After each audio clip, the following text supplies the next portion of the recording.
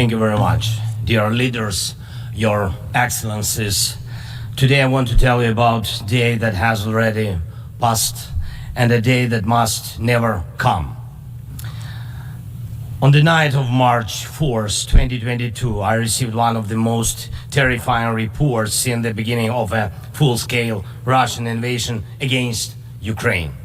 The report was about Russian tanks firing directly at the buildings of our Ukrainian nuclear power plant, the Zaporizhzhia nuclear power plant, the largest one in Europe, 6 nuclear reactors. The Russian army stormed this facility just as brutally as any other during this war, without thinking about the consequences, possibly disastrous. This was one of the most horrifying moments of the war, when no one could know how Russian strikes on the nuclear facility would end, and everyone in Ukraine was reminded of what Chernobyl means. Now, the Zaporizhzhia nuclear power plant remains occupied by Russian forces, unfortunately, and it's at risk of a nuclear incident. This is the major source of radiation danger in Europe, possibly in the world. That's why in the peace formula I presented, the first point is about nuclear safety. In Ukraine, we know exactly what we are dealing with. And I want to thank you, the General Assembly members, for adopting a resolution in July this year on the safety of nuclear facilities in Ukraine. Most in the world understand what's at stake. The General Assembly demanded that Russian return control of the Zaporizhzhia nuclear power plant to Ukraine. Only then real nuclear security will return to Europe and the world. And now about the day that must never come. Since Russia can't defeat our people's resistance on the battlefield, Putin is looking for other ways to break the Ukrainian spirit. One of his methods is targeting our energy infrastructure. And these are deliberate Russian attacks on our power plants and the entire energy grid. As of today, Russia has destroyed all our thermal power plants and a large part of our hydroelectric capacity. This is how Putin is preparing for winter, hoping to torment millions of Ukrainians, ordinary families, women, children, ordinary towns, ordinary villages. Putin wants to leave them in the dark and cold this winter, forcing Ukraine to suffer and surrender. Just imagine, please, your country with 80% of its energy system gone, with such a destroyed part of the system. What kind of life would that be? Recently, I received yet another alarming report from our intelligence. Now Putin does seem to be planning attacks on our nuclear power plants and their infrastructure, aiming to disconnect the plants from the power grid. With the help of satellites, by the way, ladies and gentlemen, satellites of other countries. Russia is getting images and detailed information about the infrastructure of our nuclear power plants. But what does this really threaten? Any missile or drone strike, any critical incident in the energy system could lead to a nuclear disaster. A day like that must never come. And Moscow needs to understand this, and this depends in part on your determination to put pressure on the aggressor. These are nuclear power plants. They must be safe. Ladies and gentlemen, 2 years ago in the fall of 2022, I proposed a comprehensive strategy to end the war and to ensure security. And I presented the peace formula at a highly inclusive political platform for world leaders, the G20 summit in Indonesia, representing billions of citizens from all parts of the globe. And it's important for us that all these people can understand us, understand that Ukraine wants to end this war more than anyone in the world. War always poses a threat to many. You all see in the media and read in reports what is happening in Ukraine because of Russia's war.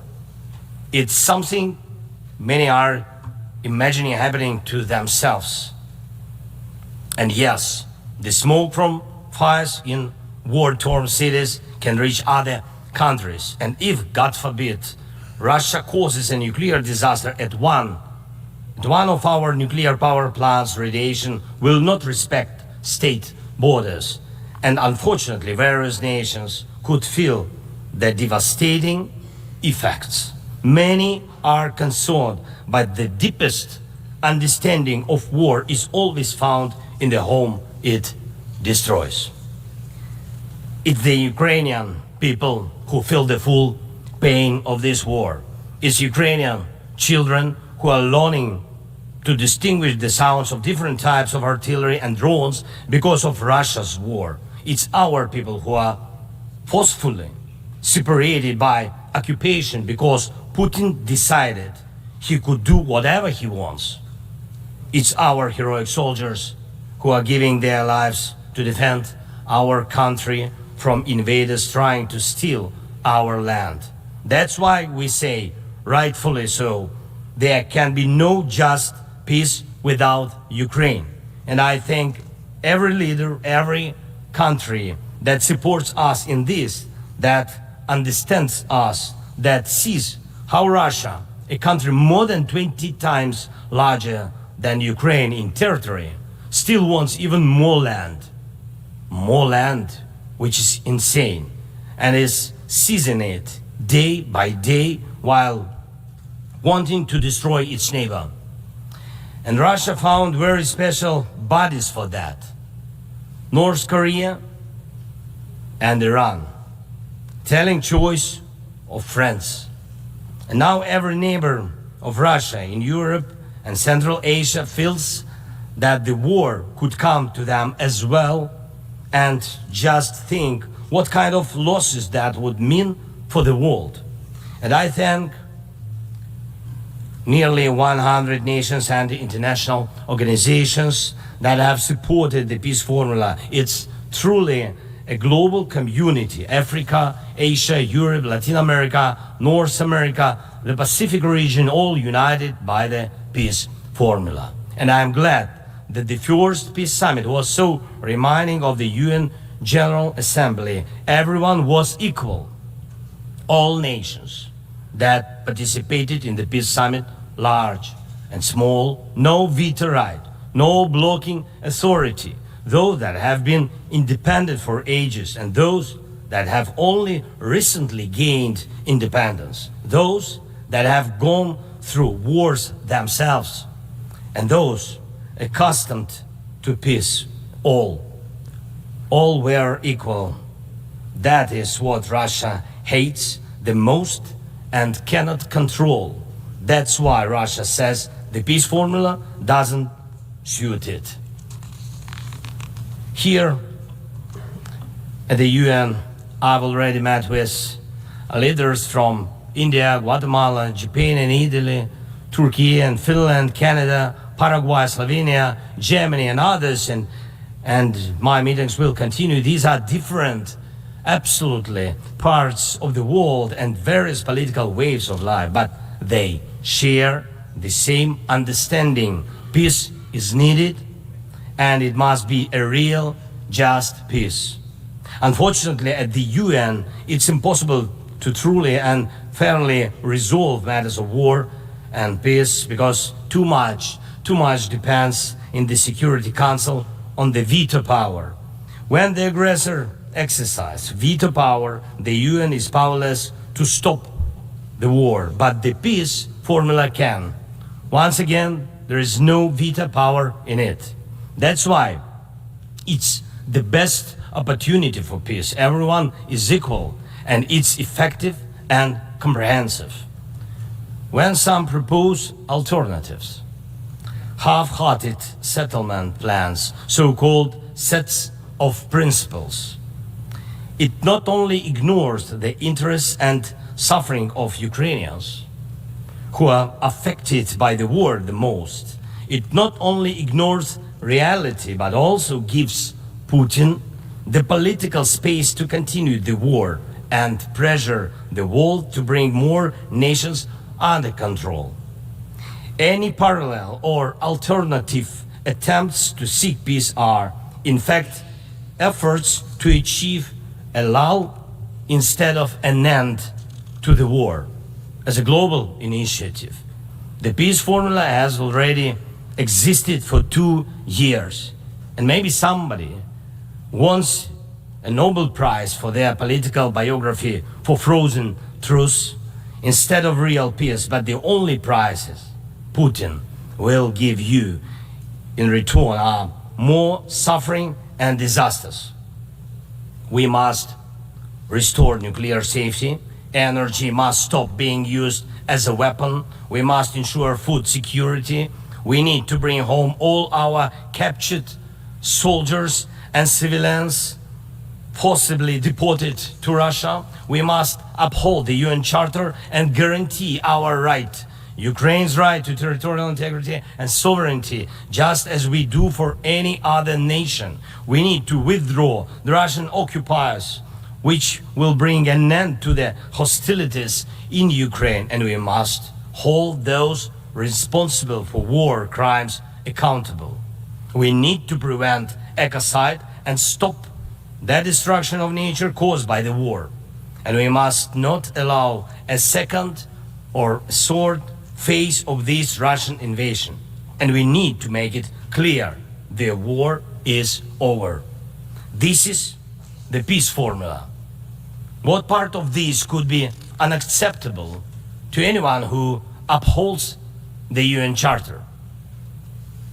If someone in the world seeks alternatives to any of these points or tries to ignore any of them, it likely means they themselves want to do a part of what Putin is doing. The point they ignore reveals the desire they're hiding.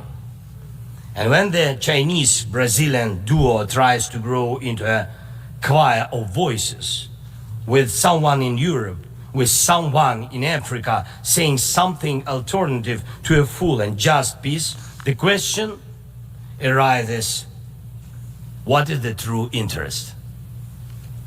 Everyone must understand you will not boost your power at Ukraine's expense.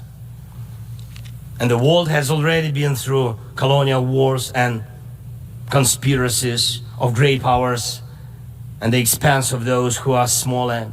Every country, including China, Brazil, European nations, African nations, Middle East, all understand why this must remain in the past. And Ukrainians will never accept why anyone in the world believes that such a brutal colonial past, which suits no one today, can be imposed on Ukraine now instead of a normal, peaceful life. I want peace for my people, real peace and just peace. And I'm asking for your support from all nations of the world. We do not divide the world. I ask the same of you, do not divide the world. Be united nations. And that will bring